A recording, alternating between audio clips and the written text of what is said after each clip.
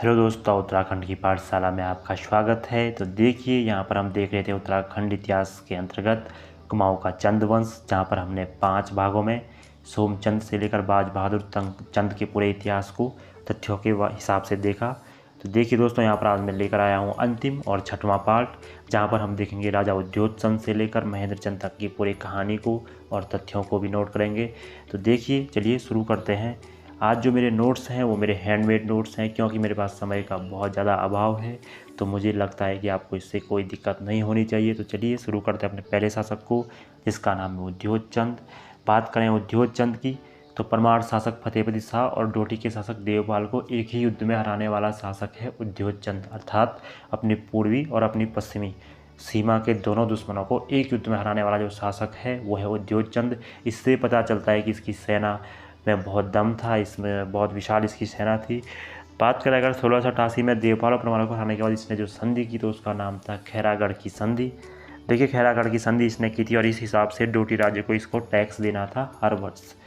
पर हुआ ये कि 1688 से 1696 तक इस काल में डोटी राज्य ने इसे खूब टैक्स दिया और मतलब इसका और अपनी सेना का विकास भी पीछे पीछे करते रहे। और 1696 में जब डोटी राज्य को लगा कि अब उसकी शक्ति में काफ़ी वृद्धि हो गई है, तो उसने टैक्स देना बंद कर दिया।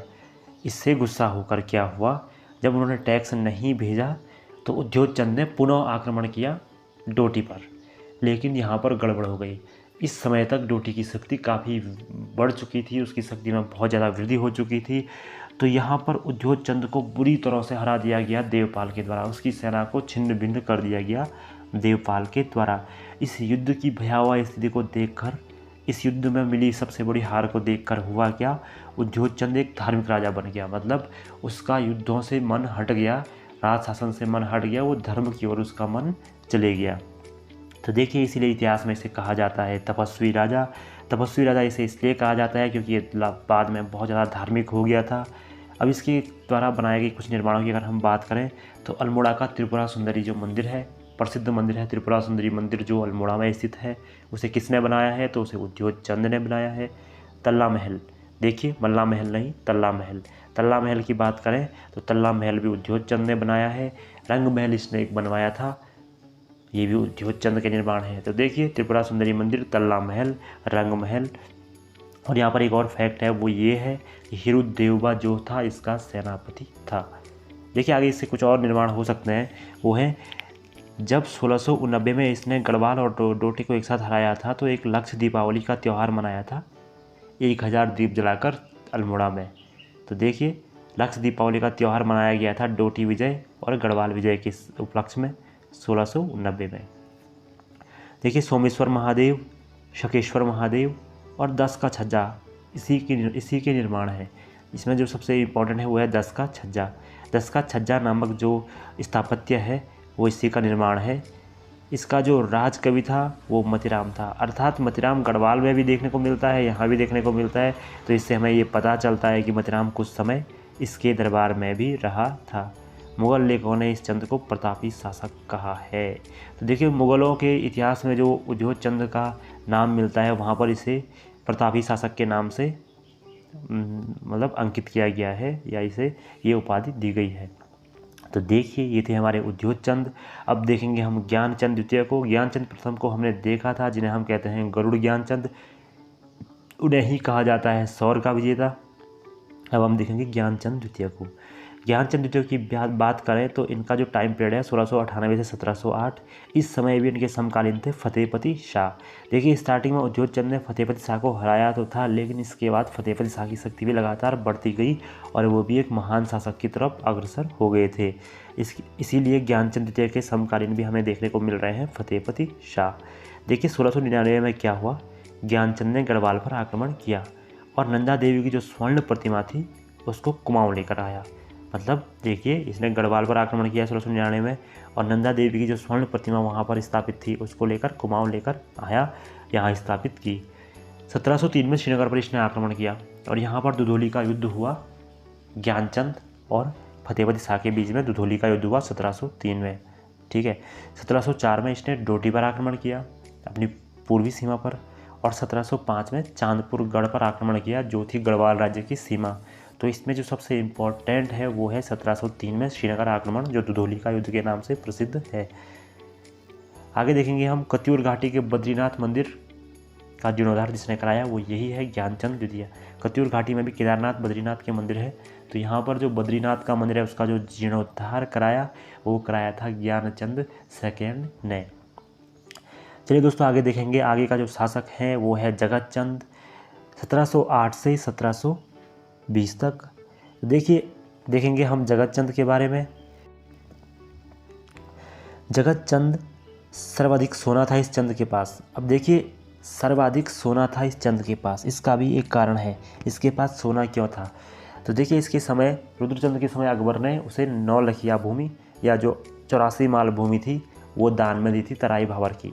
और ये जगतचंद का जब समय था उस समय इस भूमि से 9 लाख का टैक्स इकट्ठा होता था, इसलिए इस चंद को हम अमीर चंदों में गिनते हैं। इसके समय में सर्वाधिक सोना राजकोष में था, ये सबसे अमीर चंद था, मतलब चंद राजाओं में सबसे अमीर जो था वो था जगतचंद। इसी के समय रुद्रपुर के क्षेत्र से 9 लाख की जो मतलब हमें कर टैक्स प्राप्त होता था, आमदनी प्राप्त होती थी, इसी के समय हमें ये होती थी, इसीलिए इस भूमि को हम 9 लखिया भूमि भी कहते हैं। देखिए बहादुर शाह प्रथम के दरबार में गया था जगतचंद। बहादुर शाह प्रथम की अगर हम बात करें तो हम देखते हैं उत्तरवर्ती मुगल काल में बहादुर शाह प्रथम को, तो उनके काल में गए थे उनके शासन दरबार में गए थे जगतचंद। 1000 गायों का दान करने वाला इसे कहा जाता है। इसके लिए जो शब्द यूज हुआ है वो हुआ है गौ सहस्त्र दान। इसका मतलब ये 100,000 गायों को दान करने वाला राजा है। देखिए जुए पर इसने टैक्स लगाया था, एक समाज सुधारक राजा के तौर पर हम देख सकते हैं इसने अपने शासनकाल में जुए पर टैक्स लगाया। और चंदों का स्वर्णकाल इसी जगतचंद के काल को कहा जाता है। चंद वंश का जो स्वर्णकाल है वो इसके काल को इसलिए कहा जाता है क्योंकि इस समय चंद वंश या कुमाऊं में हम बोल सकते हैं एक मतलब बिल्कुल हर चीज़ अभाव नहीं था किसी भी चीज़ का। यहाँ पर काफ़ी ज़्यादा मात्रा में रुपया पैसा था, समृद्धि यहाँ पर थी।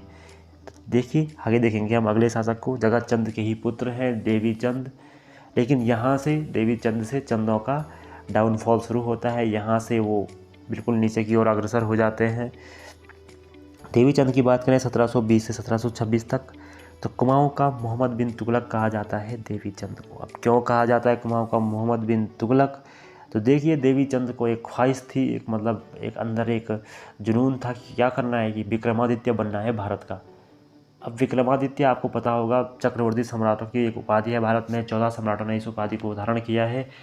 विक्रमादित्य आपने सुना होगा, चंद्रगुप्त विक्रमादित्य गुप्त वंश के, विक्रमादित्य 6 जो थे चालुक्य वंश के थे वो, और हेमचंद्र विक्रमादित्य जो अंत में बना था अकबर के साथ, जिसका द्वितीय युद्ध हुआ पानीपत का। तो ऐसे ही इसको भी एक जुनून चढ़ा कि उसे भी विजय करना है और विक्रमादित्य की उपाधि धारण करनी है। लेकिन इसने इस उपाधि को धारण करने के लिए सिर्फ अपने दरबारियों में धन बांटा, बाकी कुछ नहीं किया। तो दरबारियों ने भी इसकी बहुत चाटुकारिता की और इससे धन लेते रहे, तो इसीलिए इसे कहते हैं कुमाऊं का मोहम्मद बिन तुगलक। देखिए दाऊद खां नामक अफगान सेनापति नियुक्त कर दिया था चंद ने। तो देखिए जब अगर बाहर से लाकर सेनापति नियुक्त करेगा कोई चंद, कोई गढ़वाल का शासक या कुमाऊं का शासक, तो दरबार में हलचल तो मचेगी। तो देखिए दाऊद खां को जब इसने सेनापति बनाया तो इसके दरबार में षड्यंत्र होने लगे, जिससे मानिक गौड़ और पूरनमल नामक मंत्रियों ने इसकी हत्या कर दी। तो इसी के मंत्रियों ने इसकी हत्या कर दी, इसके इस कृत्य को देखकर जो उस समय पावर में होंगे। तो इसके बाद अजीत चंद्र शासक बना। अजीत चंद की अगर हम बात करें तो शासन पर पूरा कब्जा मंत्रियों का था, मतलब शासक का कोई कब्जा नहीं था। अजीत चंद का कोई भी कब्जा नहीं था। यहाँ पर बहुत ज़्यादा षड्यंत्र होने लगे, शासक भागने लगे, यहाँ के जो राजा थे जो शासक थे वो गद्दी को छोड़ने लगे। तो इस टाइम जो पूरनमल और उसके बेटों का मतलब पूरनमल और उसके जो बेटों का जो यहाँ पर शासन चल रहा था, इसको हम कहते हैं कुमाऊं के इतिहास में गेंडागर्दी। देखिए गढ़वाल के इतिहास में हमें एक जगह पर कठैतगर्दी देखने को मिलती है, यहाँ पर थी गेंडागर्दी। गेंडा जो लोग थे उनका शासन पर बिल्कुल कब्जा था, राजा उनके कब्जे में था, इसलिए इस काल को कहते हैं गेंडागर्दी का काल। 1728 में चंदों की गद्दी खाली हो गई। देखिए ऐसा भी समय आया जब कोई भी चंद गद्दी पर बैठने के लिए तैयार नहीं था, क्योंकि बहुत ज़्यादा षड्यंत्र यहाँ पर हो गया था। और कोई मंत्री तो गद्दी पर बैठ नहीं सकता, क्योंकि उसे जनता का सपोर्ट मिलेगा ही नहीं, क्योंकि जनता राजा को भगवान के समान मानती थी। तो इसलिए यहाँ पर 1728 में ढूंढ खोज शुरू हुई कि अब राजा को कहाँ से लाया जाए। तो बहुत टाइम पहले एक राजा भाग कर गया था नेपाल, मतलब चंदों के समय में, जब तिरुमल चंद गढ़वाल की ओर आए। तो ऐसी कभी कोई राजा मतलब राज परिवार का सदस्य भाग के चला गया नेपाल। वहाँ पर उसके जो वंशज थे उनमें से एक था कल्याण चंद चतुर्थ। तो इसे उठाकर ढूंढ खोज करके नेपाल से भारत लाया गया। कहा जाता है कि अनपढ़ राजा था ये, मतलब भागा हुआ राजा था, वहाँ कहाँ पढ़ाई की, राज परिवार से संबंधित तो था नहीं, तो कहाँ से पढ़ाई करता। तो अनपढ़ राजा था कल्याण चंद चतुर्थ। मोहम्मद शाह रंगीला को भेंट भेजी थी इस चंद ने, मतलब जो मुगल शासक थे मोहम्मद शाह रंगीला, उसके समय ये था कल्याण चंद चतुर्थ। कहते हैं चंदों का कुंभ करने से, अब क्यों कहते हैं, ज़्यादा सोता होगा या नहीं ये तो पता नहीं, लेकिन चंदों का कुंभ करने से कहा जाता है। चौबहला महल का निर्माण इसने किया। इसकी जो सबसे महत्वपूर्ण एक लाइन है, चौमहला महल, इसने अल्मोड़ा में चौमहला महल का निर्माण किया। देखिए 1740 में अली अहमद शाह खां का कठियार आक्रमण कुमाऊं पर हुआ और पहली बार कुमाऊं के अंतर्गत हिंदू मंदिरों को ध्वस्त किया गया। जो कठियार आक्रमण हुआ अली अहमद खां का, वो कुमाऊं पर हुआ। और इस समय हुआ क्या कि ये प्रदीप शाह के दरबार में चला गया। कल्याण चंद चतुर्थ गढ़वाल में प्रदीप शाह के दरबार में आया। देखिए जितनी बार भी चंद गढ़वाल में आए, गढ़वाल के शासकों ने उनकी हमेशा सहायता की, और गढ़वाल पर जो पहला आक्रमण किया था वो भी चंदों ने ही किया था। तो देखिए जब ये गढ़वाल में आए तो प्रदीप शाह ने इसको शरण दी, और रुहेलों को, कटिहारों से, रुहेलों से, जिनको एक ही बात है, वो नीचे से ही आए थे, तो उनके आक्रमण, इनके मतलब सहयोग किया उनके साथ युद्ध करने में। लेकिन अंत में हार होने के बाद इसकी तरफ से जो 3 लाख का टैक्स पे करना था या हर्जाना पे करना था उनको, कटिहारों को, तो ये भी अपने ही राजकोष से प्रदीप शाह ने दिया था। अब बात करें शिवदेव जोशी की, तो शिवदेव जोशी प्रदीप शाह का ही, कल्याण चंद चतुर्थ का ही दीवान था। अगला शासक है दीपचंद। देखिए दीपचंद की प्रवृत्ति को देख के, उसके सीधेपन को देख के बहुत ज़्यादा उसका मतलब इंटरेस्ट नहीं था शासन में, बहुत सीधा एक राजा था। तो शिवदेव, जो कल्याण चंद चतुर्थ थे, बहुत चिंतित थे, इसलिए उन्होंने शिवदेव जोशी को इसका दीवान नियुक्त किया और इसे कहा था कि मतलब इस अपने पुत्र के समान इसकी रक्षा करना। देखिए दीपचंद की अगर हम बात करें तो हैमिल्टन ने इसे कहा है गूंगा शासक। तो गूंगा शासक इसलिए कहा गया है, स्वभाव से बहुत ज़्यादा ये मतलब वीक था, कमज़ोर था, ज़्यादा बोलता नहीं था, जनता के बीच ज़्यादा जाता नहीं था, या शासकों उनके बीच शासन में इसकी भागीदारी बहुत ज़्यादा कम थी।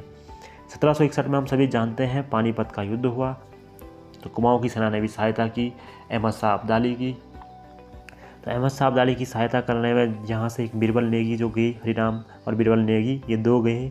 4000 की सेना इनके साथ यहाँ से गई थी, और इन्होंने अफगान शासक अहमद शाह अब्दाली का साथ दिया इस युद्ध में। दीपचंद का संरक्षण था शिवदेव जोशी को। दीपचंद को संरक्षण था शिवदेव जोशी का, मैं आपको कह चुका हूँ, क्योंकि इसे सौंप दिया गया था। इसीलिए शिवदेव जोशी को हम कहते हैं कुमाऊं का बैरम खां। अब देखिए बैरम खां कौन था? अकबर का संरक्षक था। इसी प्रकार शिवदेव जोशी किसके संरक्षक हैं? कुमाऊं का बैरम, मतलब शिवदेव जोशी संरक्षक हैं दीपचंद के, इसलिए हम कहते हैं कुमाऊं का बैरम खां। देखिए शिवदेव जोशी ने जो फर्त्याल जाति थी उसका नरसंहार किया था। यहाँ पर जो उनके दुश्मन रहे होंगे, जो उनके गुट से अलग रहे होंगे, फर्त्याल उनके विरोधी रहे होंगे, उन्होंने फर्त्यालों का नरसंहार यहाँ पर किया था। श्रृंगार मंजरी जो पटरानी थी दीपचंद की, उसके संबंध में या सगे संबंधी में था कोई मोहन सिंह रौतेला। तो इसी मोहन सिंह रौतेला को दीवान का पद दिया गया था इसके समय में, श्रृंगार मंजरी के कहने पर, अपनी बीवी के कहने पर। कुमाऊं कमिश्नर बेटन ने मोहन सिंह रौतेला को दीपचंद का नाजायज़ भाई कहा है। मतलब कुमाऊं कमिश्नर बेटन ने ऐसा कहा है, ऐसा हो भी सकता है, नहीं भी हो सकता है। इसने क्या किया, अंत में विद्रोह कर दिया, दीपचंद को कैद कर दिया, शिवदेव जोशी और श्रृंगार मंजरी को मार दिया। देखिए यहाँ पर मोहन सिंह रौतेला ने अपना वो दिखाना शुरू किया, अपनी पावर दिखानी शुरू की, या राज सिंहासन पर मतलब राज सिंहासन को कब्जा करने के लिए इसने ये प्रयास किया, और श्रृंगार मंजरी और शिवदेव जोशी की हत्या कर दी। तो देखिए मोहन सिंह अब शासक बन गया है मोहनचंद मोहन रौतेला मोहनचंद के नाम से शासक बना। हर्षदेव जोशी भी इसके समय में जेल में था। शिवदेव जोशी का जो पुत्र था जिसने दीवान बनना था वो भी इस समय जेल में था। बहुत ही कुमाऊं का चाणक्य हम कहते हैं हर्षदेव जोशी को, बहुत तेज़ व्यक्ति थे। तो इन्होंने गढ़वाल को आमंत्रित किया एक पत्र द्वारा कि आप कुमाऊं पर आक्रमण कीजिए, कुमाऊं को विजित कर दीजिए। यहाँ पर जो शासक है बहुत ही कमज़ोर शासक है, आप जीत जाएंगे और कुमाऊं पर शासन कीजिए। तो ललित शाह के पास ये पत्र गया। ललित शाह ने कहा ठीक है, वो आए सत्ता। उन्होंने मोहन चंद को हराया और सत्ता छीन ली और अपने दूसरे पुत्र, पहला पुत्र था जयकृत शाह और दूसरा पुत्र था प्रद्युम्न शाह। तो प्रद्युम्न शाह को कुमाऊं का शासक बनाया, जयकृत शाह को श्रीनगर में रहने दिया। तो प्रद्युम्न शाह जब यहाँ शासक बना तो उसने अपना नाम परिवर्तित कर दिया। नाम परिवर्तित करने के बाद उसका नाम हो गया प्रद्युम्न चंद। नाम परिवर्तन करने का कारण ये है क्योंकि वो चाहते थे उन्हें जनता से सहानुभूति प्राप्त हो, क्योंकि किसी भी शासक को नई जगहों पर शासन करने के लिए चाहिए कि जनता का सहयोग उसे प्राप्त हो। देखिए प्रद्युम्न चंद की बात करें, 1790 में यहाँ पर शुरू हुआ था शासन, ललित शाह ने जीत कर दिया था। 1786 तक यहाँ पर रहा।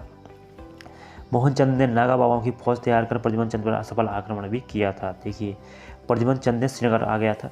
प्रद्युम्न चंद ने एक आक्रमण किया था, अगर आपको याद नहीं, अगर आपको पता नहीं है तो मैं आपको बता दूं कि प्रद्युम्न चंद ने देवलगढ़ को लूटा था। तो अगर कभी भी प्रश्न आए कि देवलगढ़ को किसने लूटा, परमारों की राजधानी रहा, दूसरी राजधानी देवलगढ़ श्रीनगर और रुद्रप्रयाग के बीच में, तो देवलगढ़ को किसने विजित किया, तो किसने लूटा, तो इसका जो सही आंसर है वो है प्रद्युम्न चंद। तो देखिए परमार ने चंद बनकर ही लूटा था देवलगढ़ को, जबकि श्रीनगर को लूटने वाला चंद जो था वो था जगत चंद। ये भी याद रखना, जगत चंद ने श्रीनगर को लूटा था। तो देखिए प्रद्युम्न चंद श्रीनगर आ गया, वहाँ फिर मोहन चंद ने आक्रमण। जब प्रद्युम्न चंद जयकृत शाह की मृत्यु के बाद श्रीनगर फिर वापस आ गया तो यहाँ पर हुआ क्या कि मोहन चंद ने फिर सत्या हत्या ली और हर्षदेव जोशी ने मोहन चंद पर आक्रमण कर मोहन चंद को मार दिया। तो यहाँ पर हमें देखने को मिलता है कि मोहन चंद दूसरी बार भी शासक बना था कुछ समय के लिए। तो चंदों के पूरे इतिहास में सिर्फ 2 बार शासक बनने वाला व्यक्ति है मोहन चंद रौतेला। ठीक है सर। अब देखिए आगे, अब देखेंगे हम शिवचंद को। जो हर्षदेव जोशी था उसने इसके बाद शिवचंद को राजा बनाया, जिसे मिट्टी का महादेव कहा जाता है, क्योंकि मूल राजा जो था वो था हर्षदेव जोशी। वो राजा नहीं बन सकता था क्योंकि वो दीवान था, इसलिए उसने शिवचंद नाम के एक बिल्कुल मिट्टी के महादेव को एक राजा बनाया जिस पे पूरा अधिकार था हर्षदेव का।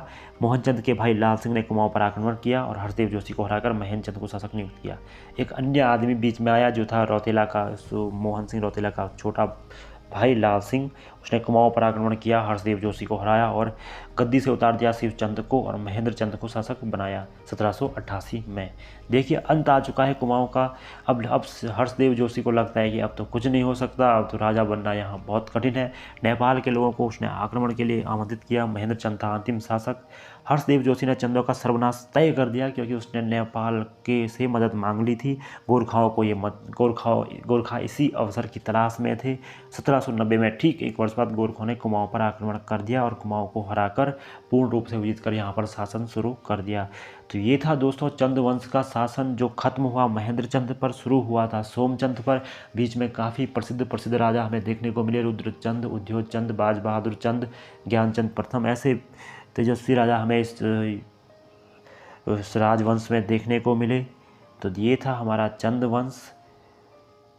चलिए दोस्तों धन्यवाद, जुड़े रहिए। आगे हम कुछ अन्य सीरीज शुरू करेंगे, इतिहास से नहीं तो किसी और चीज़ से, वरना तो इतिहास ही की करेंगे।